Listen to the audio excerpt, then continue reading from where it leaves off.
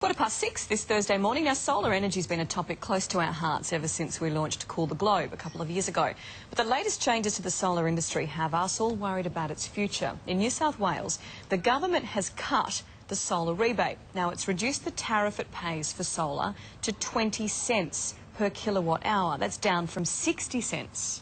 Talk about from one extreme to the other. The government wants, New South Wales government wants to save money, meaning the green alternative could end up costing us more and cost more than fossil-fuelled electricity. How stupid is that?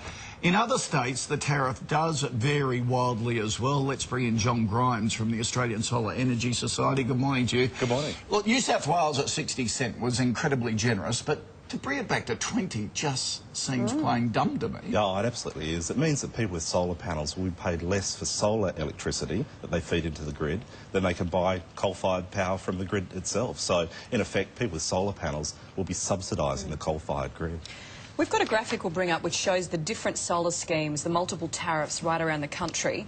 Of those states, which one works the best? Yeah, look, it's very complex. This is a problem for consumers. The tariffs range from between 40 cents and 60 cents, and there are two different types of tariffs.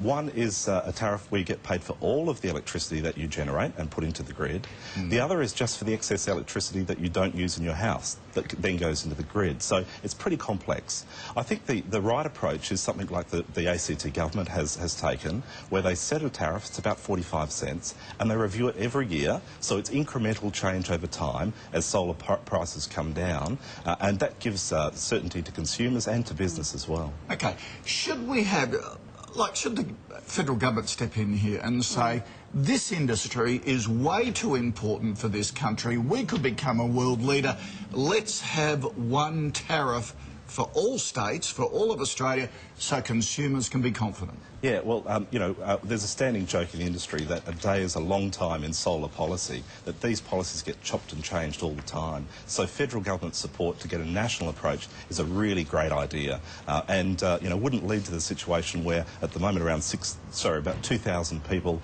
are set to lose their jobs in New South Wales because, suddenly it's gone from boom to bust. Okay. And there has to be a better way to do this. Who's the minister that looks after it? Minister is Greg